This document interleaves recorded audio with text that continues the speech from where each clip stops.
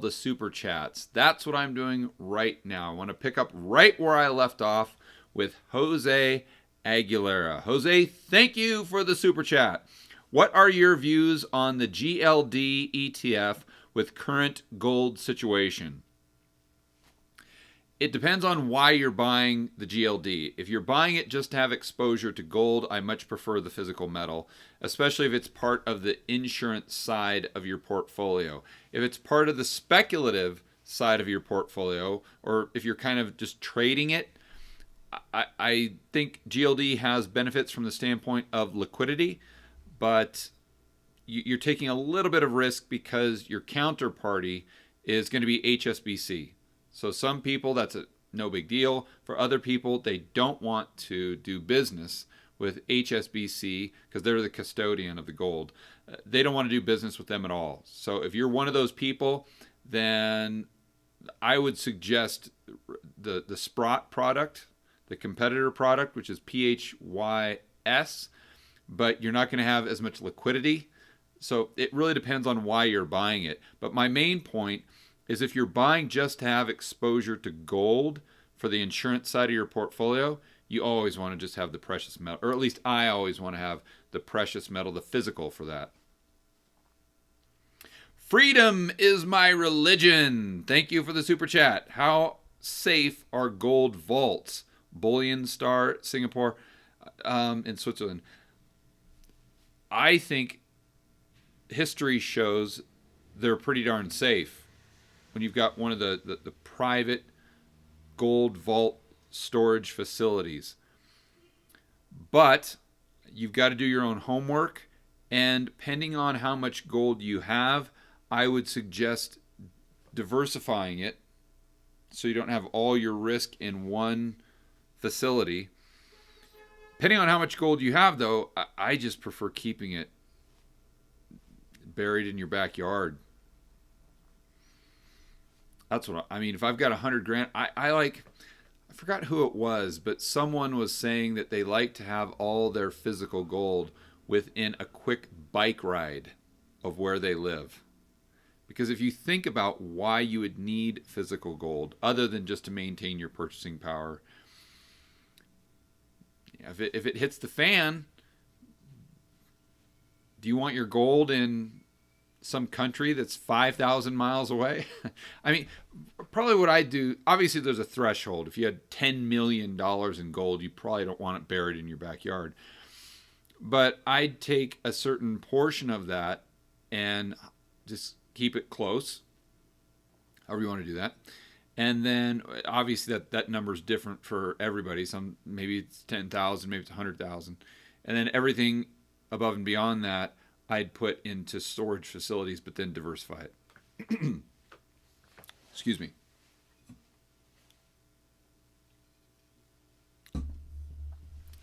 Okay, the Luco Show. Thank you for the super chat. Thanks for your wisdom, GG. Every day's a school day. Okay, I appreciate you taking the time to watch, Luco. Musab Chaudhry. Hopefully I'm getting that right, Musab. Thanks, George. What's your take on Exxon Shell after the earnings? I want them to go lower. I own Shell, but I want it to go just... I don't think it's going to go bankrupt. I'm not too worried about that. But the lower it goes, the better. Because I can just buy. So what I do is I bought... in the middle of March, I can't remember the price. It was somewhere in the mid-20s. And although it got down to 19, I just bought it because it was cheap. I'm paying a ridiculous dividend, which I thought would be cut. But again, if I'm holding it 20 years, I don't really care about the dividend for the next year or two. They've got a huge track record, an amazing track record of paying their dividends. So I'm assuming that when they start becoming more profitable again, they're going to go right back to paying that dividend. Maybe I'm wrong. But if they got cheaper, I'd love to buy more. So I know that Shell scratched their dividend, which made their stock tank. I was happy to see that. So I think that's the best way I can answer your question is my main take is I hope they're going lower because then I can buy more.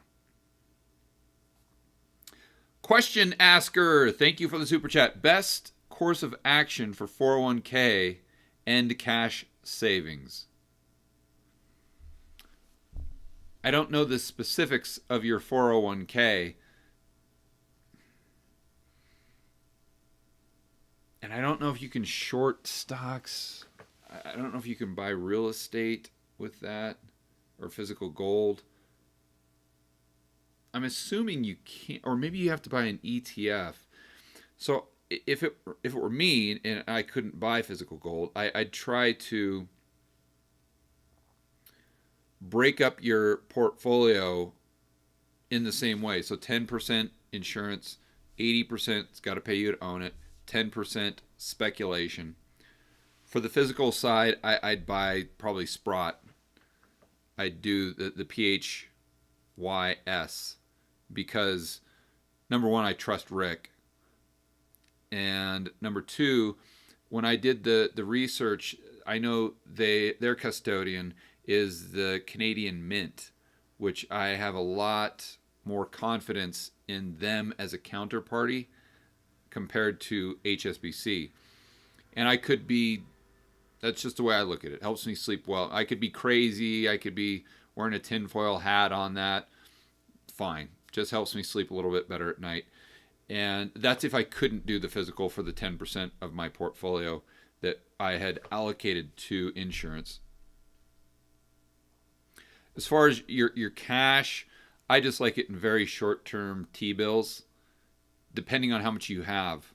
If you have over 250 or under 250, it's probably okay in the bank because although I'm not a big fan of the FDIC and they don't have even close to enough money to handle all the deposits in the United States. They're wildly underfunded, but of course, the government's most likely going to bail them out. It's kind of what they did back in the savings and loan crisis. So, but if it's over 250, I just like T-bills. And to be clear, a lot of people say, George, you're so down on you see inflation and you're so down on the deficits and the government, and why would you ever extend credit to them? I'm not talking about doing it for 10 years. I'm talking about 2 months or 3 months, something like that, where you don't have a lot of inflation risk. But if I've got $10 million, I'd way rather be in 3-month treasuries, just rolling it over, than have that $10 million in a checking account to where my counterparty's the bank. It's just me. Hector, thank you for the super chat. Is it a bad move if my wife and I purchase our first home, $550K in LA at this time? Should we hold off for another year? 7% down, solid income. I'm assuming you're getting a 30-year fixed rate mortgage, Hector.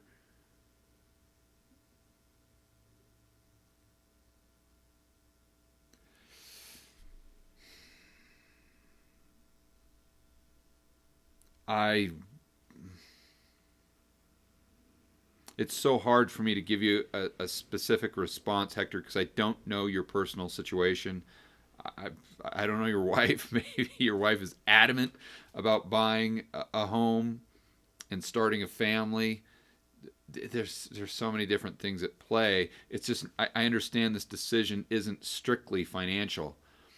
If I'm going to answer your question from a strictly financial standpoint, what would I do? I would wait. You're in a cyclical market.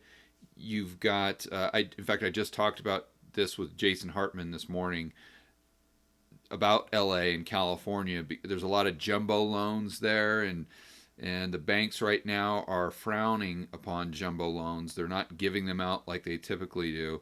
And if a large percentage of the debt in the housing market in your local area is reliant upon jumbo loans and there's not access to the debt anymore, that could be problematic. And your RV ratios there, I know, are going to be brutal. For a $550,000 house, my guess is you're probably only getting maybe $2,000, $2,500 a month in rent.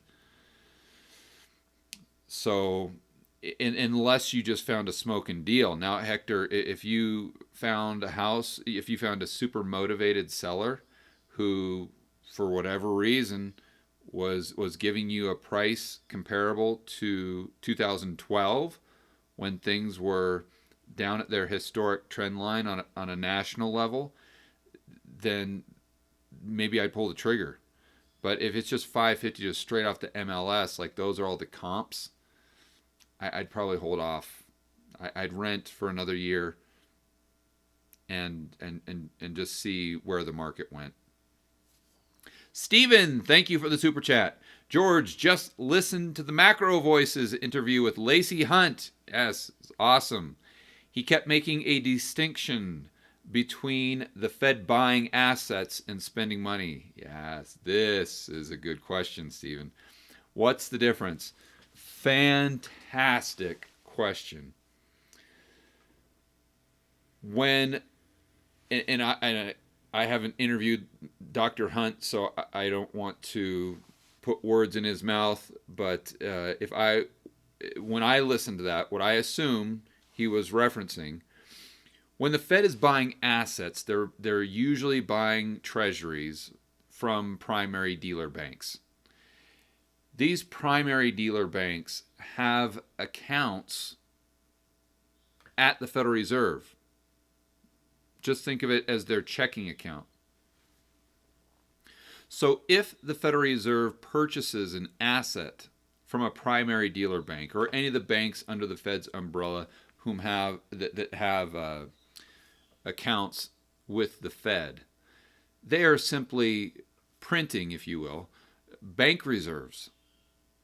Those aren't necessarily dollars. So, and I remember in this interview, Dr. Hunt spoke specifically about the catalyst to whether he would change his mind going from a deflationary opinion to a hyperinflationary opinion was if the Fed, quote unquote, prints money. He's using that term a lot different than I think you're using that term. Dr. Hunt is using money printing as a way to describe the Fed creating more deposits in the retail banking system or creating more dollars in the way you look at dollars. In other words, they're creating dollars outside of the financial system. They're not creating bank reserves. See? So, well, they're creating bank reserves and deposits. So, as an example, if the Federal Reserve buys treasuries from you, then they're creating additional deposits in your account. Let's say you've got $10,000 in your account. They buy $100,000 of treasuries from you. Well, then your account, your checking account, would go up to $110,000. They've printed money.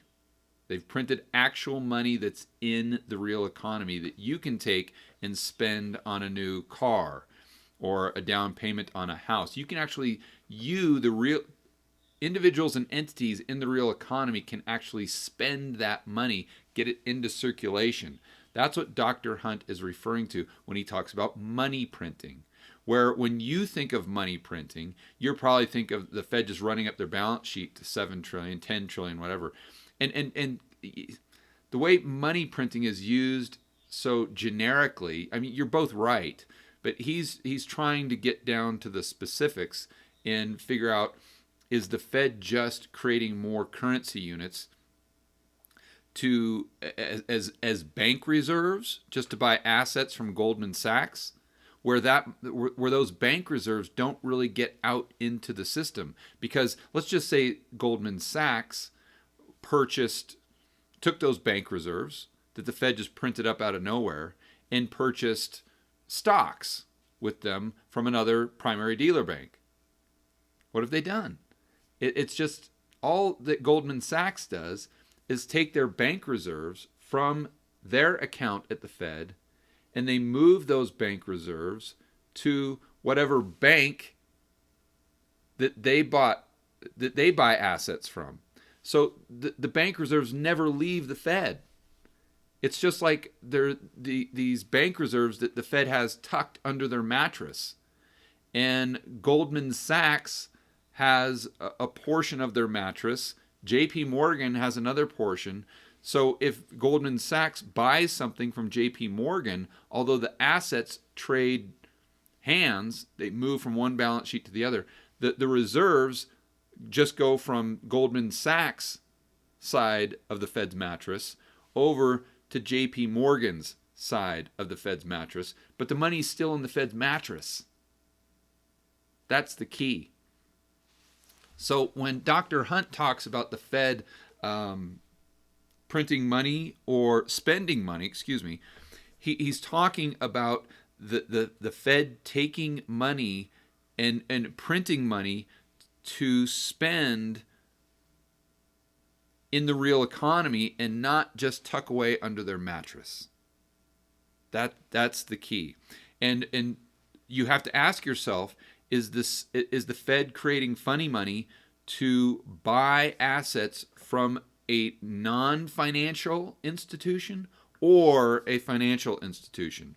And if the answer is a non-financial institution, like an individual, like doing MMT, helicopter money, UBI, something like that, then using Dr. Hunt's definition, that would be spending money or printing money. If the Fed is just creating bank reserves just to buy treasuries from Goldman Sachs, Dr. Hunt refers to that as just buying assets or creating bank reserves. He doesn't refer to that as printing money or spending money.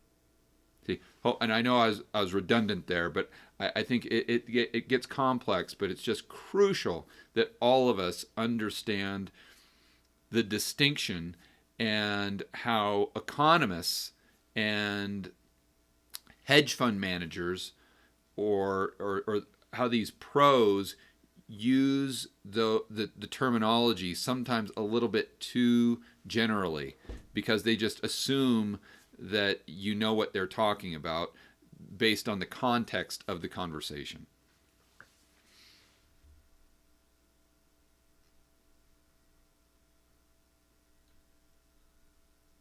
DL, thank you for the super chat. George, would you consider a purchase of GDX an investment or a speculation? The main reason to buy would be the asset appreciation.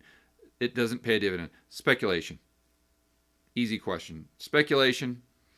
Any of the gold miners or an ETF that tracked the miners, to me, would be a speculation because it does not pay me to own it, and it would not be insurance because it's not physical gold.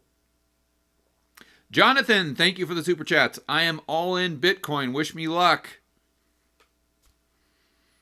I wish you luck, Jonathan. I hope you do well, but I wouldn't be all in on any asset class. But I hope you do well. Anne, thank you for the super chat. Hello from Sweden, she says. Hello, Anne. Thank you for tuning in. Your videos are great. Is this the time to buy real estate? European markets. Will the correct global virus impact prices up or down? I don't see them impacting them. I don't see them being a tailwind.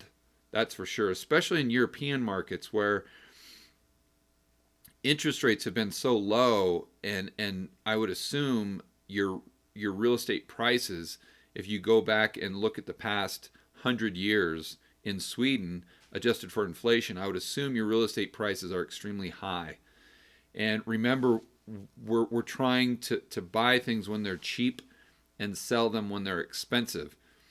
So I don't know the Swedish market, but I would assume that it's closer to the expensive side, historically speaking, than the cheap side.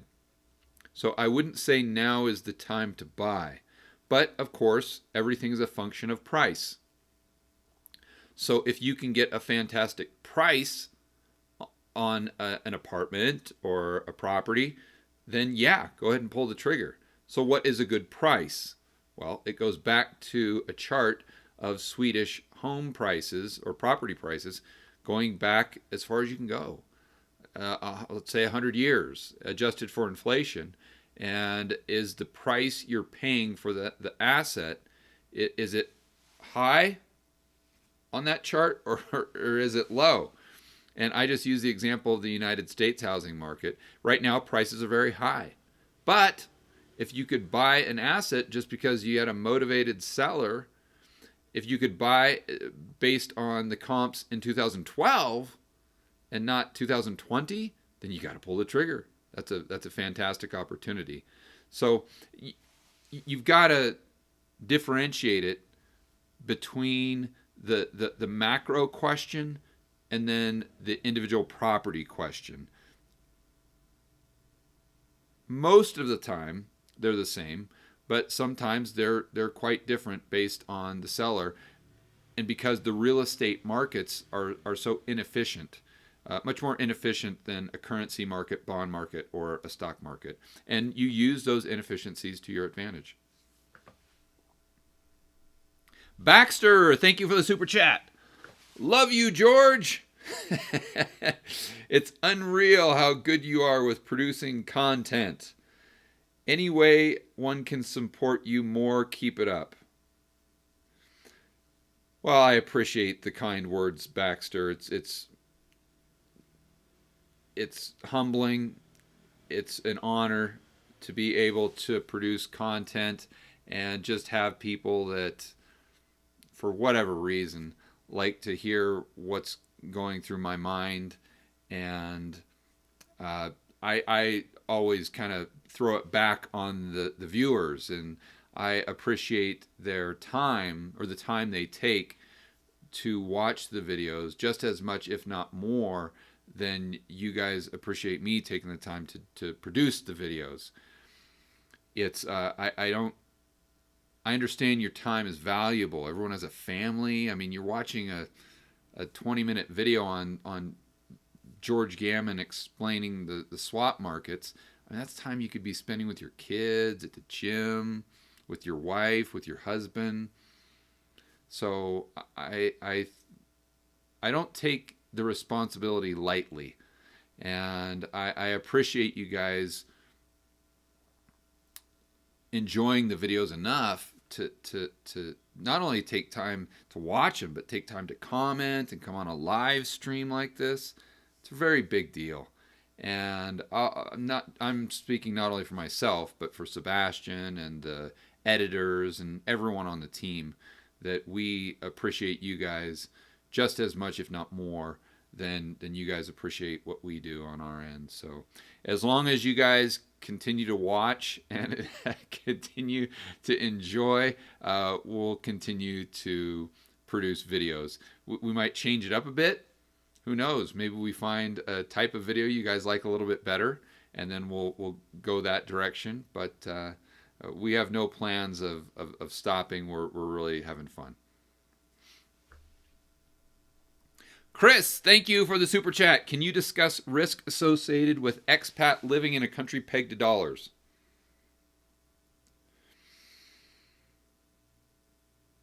I don't know if there's additional risks as an expat. There's just overall risk in the sense that you're going to have to adopt, or the country is most likely going to have the same type of interest rates as the United States, or the issuer of the currency that they're pegged to. And that could be good, it could be bad. If the economic tides in both countries are similar, then it's no big deal.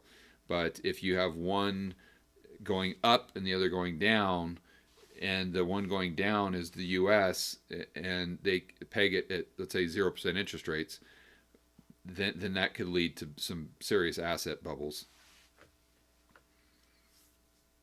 As far as, but I don't know that would really affect you as an expat. I would actually kind of look at the question a little bit different, Chris. I would say, I don't know why you'd want to be an expat living in a country pegged to dollars. Maybe you have to be there for a job or something like that. I would prefer to be in a country that was not pegged to the dollar, to where I could increase my standard of living based on the dollar relative to the local currency. So pesos as an example. The peso's gone from, call it 3,000 to 4,000 over the last 6 months. Well, that has been a windfall to my purchasing power here in Colombia with the cash flow I have denominated in US dollars. And if it goes against you, well, then you most likely have peso assets that you're able to cash out, turn them back into dollars, and increase your purchasing power then. Or if you're like me and you kind of like being nimble as far as where you spend your time, if the dollar goes down, then you can just go to a country that uses dollars and takes it to where your expenses are now denominated in the US dollar, but then you take and spend your cash flow that you have coming in from the countries whose currencies have appreciated against the dollar. It's kind of like this constant arbitrage type of, like a living arbitrage, a geo arbitrage, like my buddy Jason Hartman says. But that's how I'd look at it. I'd look at it more just macro. I don't think there's any advantage or disadvantages of being an expat in particular. But if I was an expat and I had the flexibility, I'd try to maybe consider a country that wasn't pegged to the dollar to increase my purchasing power, especially if I'm a retiree right now, a baby boomer, and I'm on a fixed income like Social Security. I would for sure want to go to a country like Colombia. HP Pilot, thank you for the super chat. I heard you say multiple times that gold is cheap. How do you establish its fair value? Any data or indicators you use? Well, I just look at gold going back as far as I can, adjusted for inflation. And on that basis, it's not super cheap. It's nowhere near as cheap as it was like at the end of the late 90s. I think it was really down then. But you have to start there. But then you have to also look at the money supply. And if you look at M2 and if you look at the price of gold, then it's cheap. It's cheap. But I want to be clear. Even if it's not cheap, I'd still buy it, because that gold to me it serves a different purpose. It's insurance. So if I buy a Ferrari, I'm not going to ask myself, well, is insurance cheap or is it expensive? Well, maybe I will before I buy the Ferrari. But I'm just buying insurance. Like as soon as I buy the Ferrari, I'm buying insurance. It's the same thing. I look at gold the same way. So as soon as I get an extra, call it 100 grand, I'm not asking myself what's the cost to insure the 90,000. I'm just asking myself, I just know I need to insure the 90,000 or the 100,000 in total. So I'm going to take 10,000 and buy gold with it, regardless of the price. Just because I don't look at gold in that way. Now, if you're buying gold strictly as a speculation, then it's a completely different story, because then your main question needs to be, is it cheap or is it expensive? Abby, thank you for the super chat. Buffett never bet against the American people. Real life. What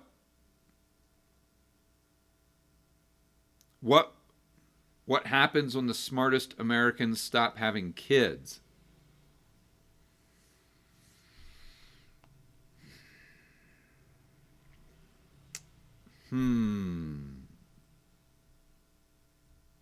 I would take it a step further, Abby, and say what happens when the smartest Americans, and I'm not going to say the smartest Americans, but what happens when the Americans who produce the most not just stop having kids, but maybe they just leave.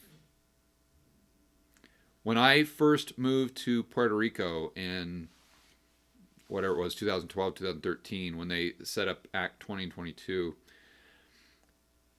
back then it was kind of a very small community. Now you got Schiff and Maloney and Dent and all these people live down there now. But when I first went there, it was just a very small group of people to the extent where like one of the things you had to do to get your residency down there was to get a driver's license. Well, the local DMV in San Juan, I mean, oh my gosh, it's a nightmare. It takes you 6 hours of sitting there waiting in line. It's like worse than the US DMV, if you can even imagine that.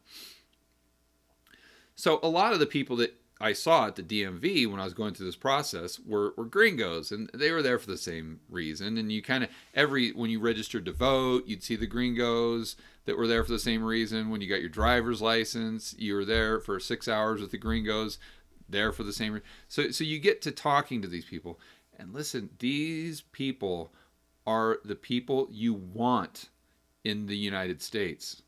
They are the producers. They are the people who create jobs. They're not the trust fund babies, let's call them. They're not the people who are making money due to having political connections or crony capitalism. These are the people that started with nothing, zero, very similar to myself, and built up big businesses and create a lot of jobs. They were obviously moving out of the United States, moving to Puerto Rico. I see it the same thing here in Colombia.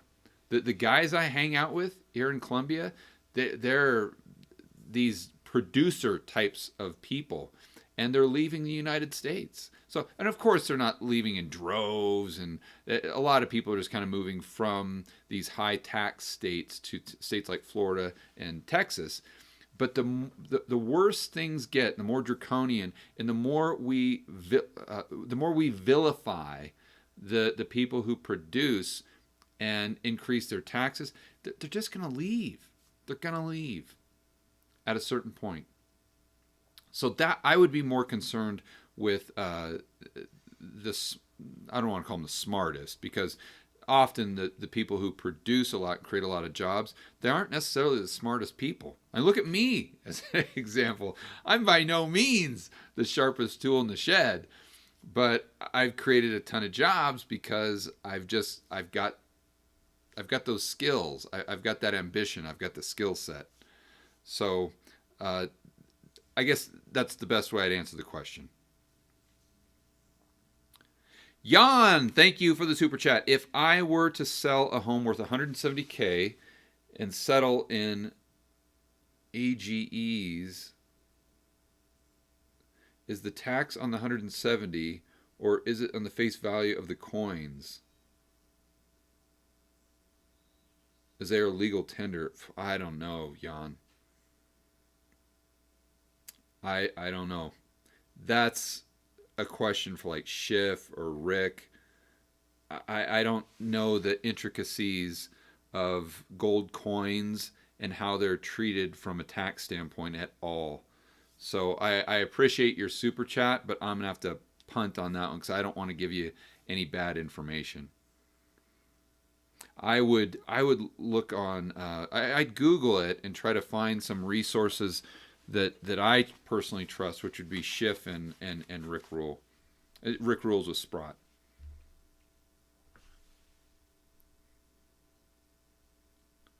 Okay, Dapper Dave, going back to his super chat. And that was a good one, Dave. And it says, and I actually did a little bit of homework here prior to coming on to this super chat cleanup session, if you want to call it that. So I think I've got a decent answer for you. He says, can you let George know that when he does the video, I'm thinking along the lines of annuities. Not sure if it would affect car insurance, although the concept might be the same. Okay, so Dave, and if any of you watched the normal live stream, if you haven't, I'd suggest, because Dave had a fantastic question. He heard Buffett talk about Berkshire having to pay out money if we have negative interest rates. So I did a quick Google search, Dave, and I think what he was referring to is when you pay an insurance company, they take your premiums and they invest them. A lot of times they hold a significant portion in cash. And the way Buffett's been able to make so much money is people give him all these premiums, and he can invest them at a much higher rate, and he can pocket the spread. So, but by law, the insurance company isn't going to have 100% of those premiums that they haven't paid out yet, or they haven't paid back to the individual the individual policy holder. They're going to have, let's just say 50% in cash. Well, if they have 50% in cash and they're being charged a negative interest rate, how does that work? Because they need the cash, 100% of that 50%, in order to pay insurance holders or policy holders if they get into a car accident, or if you have an annuity where they're having to pay you back. And the way that they're able to pay you on the annuity is they take the money and invest it. Let's say they've got $10 billion. They take the $10 billion from all the people that have paid into the annuity. They're investing that at a specific rate of return. They're giving you what the profit is, and they're pocketing a little fee, or probably a large fee. So if they're not able to make money on the investment, how do you get your annuity back? If they have to pay money to hold a portion of those premiums in cash, how are they able to afford to pay the policyholder when they need their money due to a car accident, or their home burns down, or through an annuity payment? See, this is what I think Buffett was talking about. It's the fact that he or XYZ insurance company or annuity company is going to be charged for the cash that they're holding. That's, I think, his main point. Okay, cool. I think that's it, guys. I appreciate your patience. I appreciate the flexibility. I had to leave the earlier live stream. I had to leave it a little earlier than we typically do to get to an interview. So hopefully you're able to hopefully you're able to watch this portion to find the question, the answer to your question, and look forward to seeing you guys on the next live stream every single Sunday, noon Eastern time. And I will see you on the next video.